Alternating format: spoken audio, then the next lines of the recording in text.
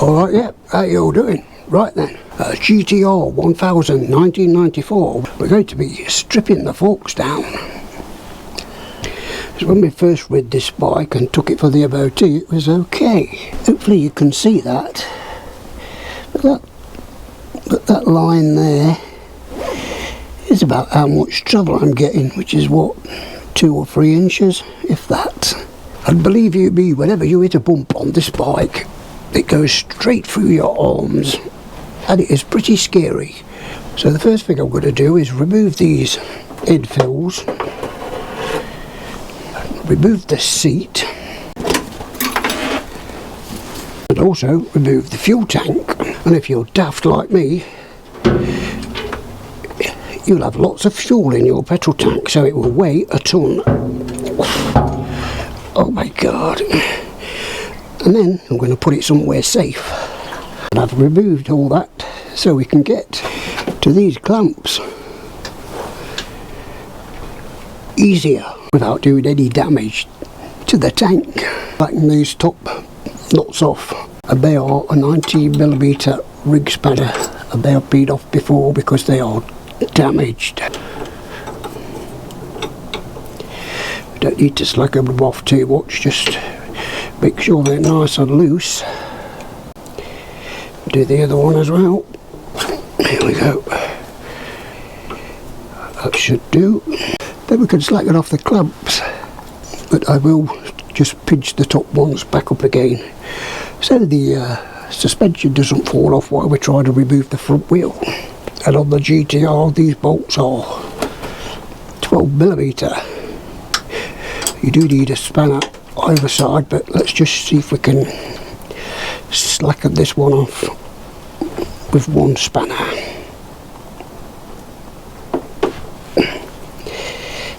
There we go. Is that one nice and slack? That's that side done. And then we have the two at the top. There we go. There we go. I will just pinch that top one back up again. And then finally on this side there is a little Allen key bolt on the handlebars, just there. There is 2 bolts at the top there, keeping this handlebar attached to the yoke, a top yoke. So let me do the other side and I'll be back in. I'm going to put a jack underneath the engine, but I'll show you that in a bit. So next I'm going to take off the brake calipers. Does anybody else do that, or is it just me? Got your microphone on your cap, get warm, take your cap off, or it's somewhere else, and then press record. And then of course nobody can hear your audio, probably just me. So I'm sorry if the audio sounds really good and then all of a sudden it goes and you have to turn your volume up a bit. Every time I press that record button on that camera, I'm going to have to do some checks. Is my microphone plugged in? Is my microphone on my head? Is my microphone on my body? So I'm getting warm now, so I'm going to take this coat off in a bit, and then I'll probably leave my microphone on my coat over there somewhere. And I'll be over there somewhere talking. So yes, sorry about the audio. Then the top one.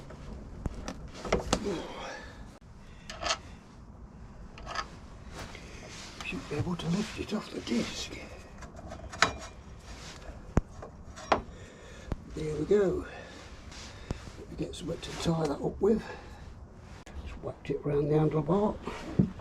So let me do the other side and I'll be back in a minute. Speedo cable on this side. I'll just untwist that to unscrew it.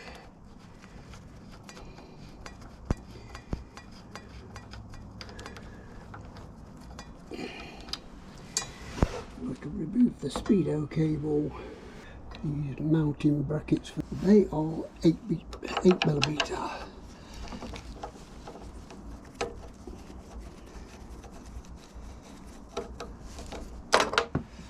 Okay, so now we've got both our brake calipers hanging up. We could slacken the front wheel. think that's about an 8mm Allen key, so I'll slacken that off. There we go. Yeah, that side's a 10mm Allen key, and that side is a 12mm Allen key. So if we stick that in there, then we get a 90mm ring spanner onto there.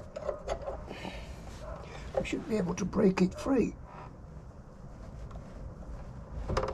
Oh, he says. So it's lefty-loosey.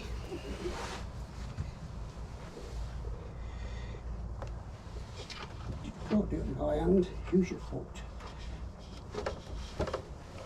There we go.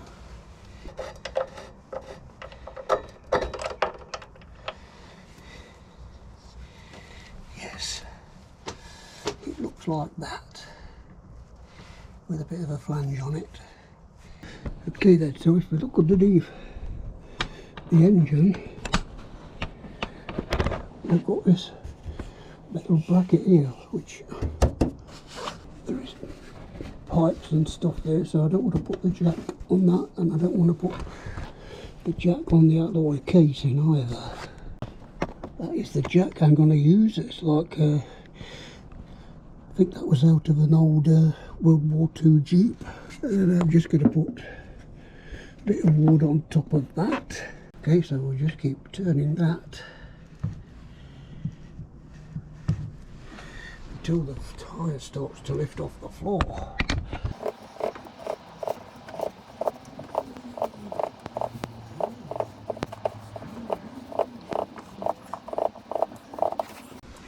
Right, I think that should do it. Okay, so I've got this flange bolt nice and loose. We should be able to get the axle out. What I'm going to do is push this in from the other side.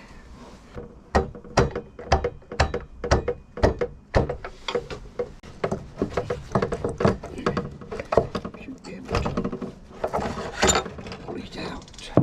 And if we keep the speedo drive in there, push this back through. Pull the wheel out. Put the spacer back on there. Put the nut back on there. And move the wheel out the way somewhere safe. So we're now underneath the mudguard. There's just 4 12mm bolts, which appear to be very tight. Let's use the big spanner again. The long spanner. That's better. Same with the other side. One.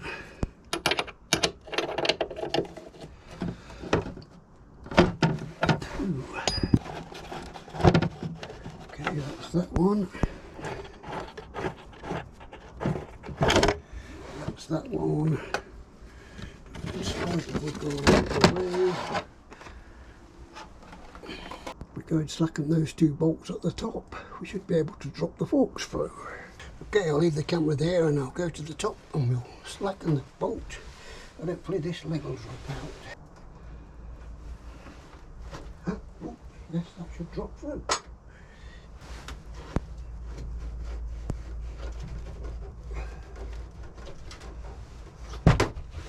There we go. One fork leg. Let me do the other one and I'll be back in a bit. Okay, so there we are. One front stripped end.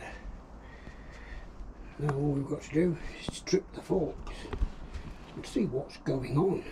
Right then, so first I'm going to screw this top cap off. So I'm not sure what the tension is on the spring. Let's just put a bit of cloth on the top there, and hopefully it doesn't hurt too much. There we are. Wasn't too bad. So the first thing we've got is that. The second thing we've got is that.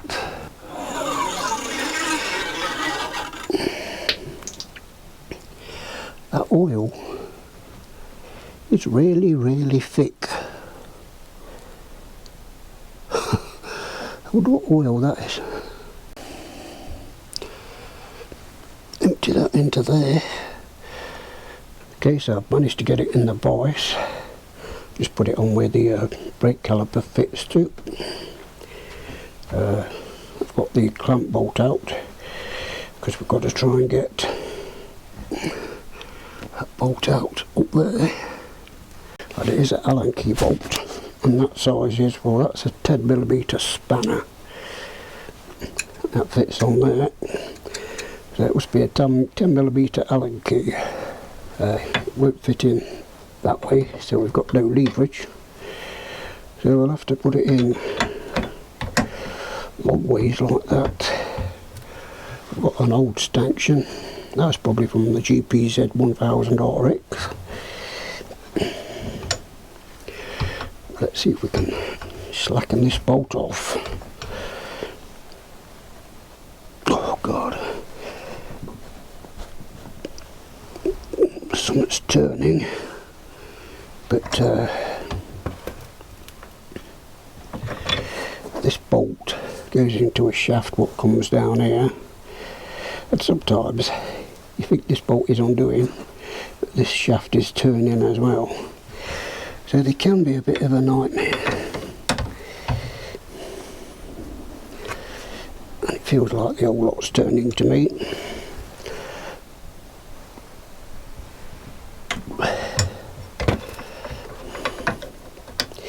Because it's not getting any looser.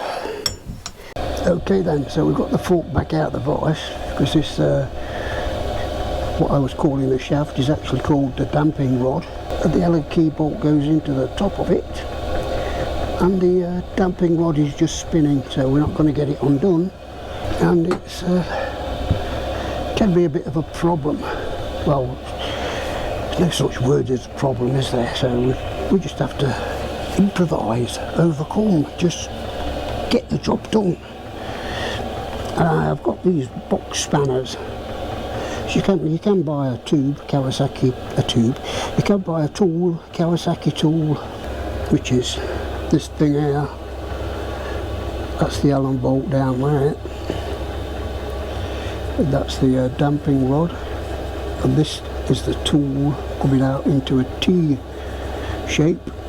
And that goes into a giant size nut hole, basically. And probably cost you an arm and a leg to buy one of them, or an arm and 2 legs. And if you ain't got any legs, you don't really want to ride your motorbike, do you? So anyway, I've been looking at these box spanners that I've got, and I've just come across one that actually fits. You just stick it down there, and it actually fits into that giant sort of Allen key bolt what is just there. So now all we've got to do is find out some way to hold that from spinning. So it is actually that size of box spanner that fits, complete with the cobwebs. And I'll get the vernier on it in a bit and then tell you what size it is. I've got some long tie levers, and that actually does get a grip on there. But also, when I had the CBR1000, I did the forks on that, and that was a 17mm, and that actually just about fits into the other end of that. It's not brilliant, but it might help us to just undo it. So anyway, let's see if we can get it undone. Right then, so if we shove that in there first, we get our long rod, push it down to the bottom. There we are, it's got a grip. Now we need to put some on there. Right, and then we can get the Allen key in the other end.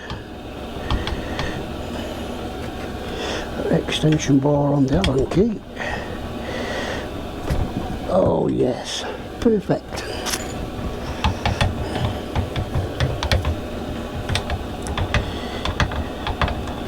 So you can get the bolt out. Okay, so there's what the bolt looks like. It has got thread lock on it as well with the looks of it. We'll get our contraption back out, slacken the vice, and that thing should fall out, I think. Oh, it's not going to fall out. So I think before that comes out we have to get the seal off and everything else, so let's do that. Okay, so I'll just get the dust cover off. Just carefully lift that up with a screwdriver.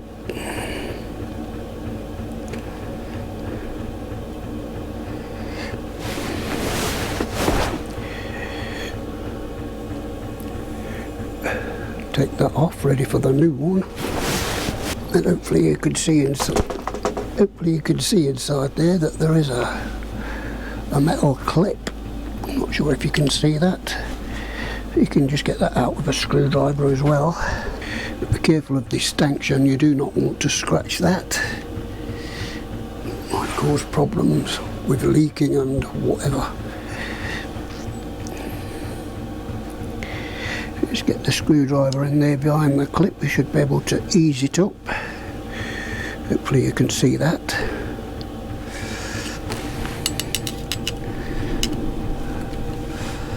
There it is. One big clip. And now we've got to try and break the seal out. And that is, well, it's not too hard, but it's not easy. You just have to keep sort of using the stanchion as like a slide hammer.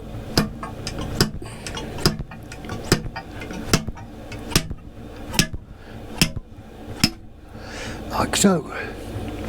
And if we go down to the bottom,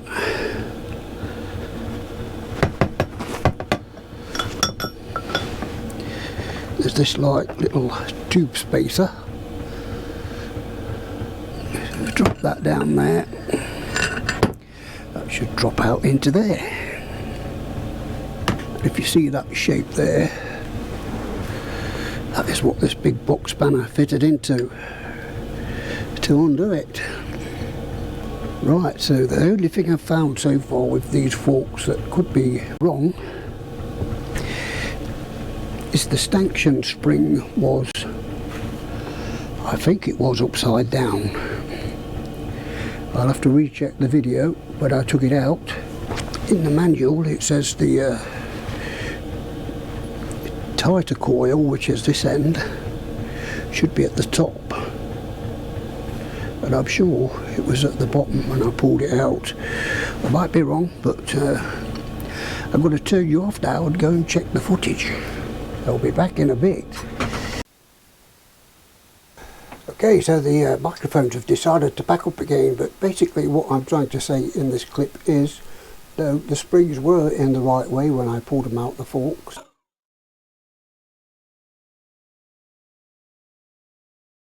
And the oil what came out of the forks looks really, really thick compared to the new oil that I've got.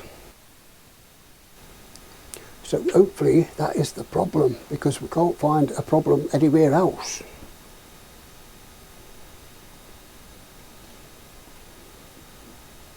Because when I took the forks to bits, I was suspecting to find something like rusty springs all seized up, or no oil in there whatsoever, or something being put back in wrongly. But in the end I guess I did find something put back in there wrongly, which was the oil. God knows what oil that is. So anyway, back to the proper video. Okay then, here we are all configured for re-putting back together.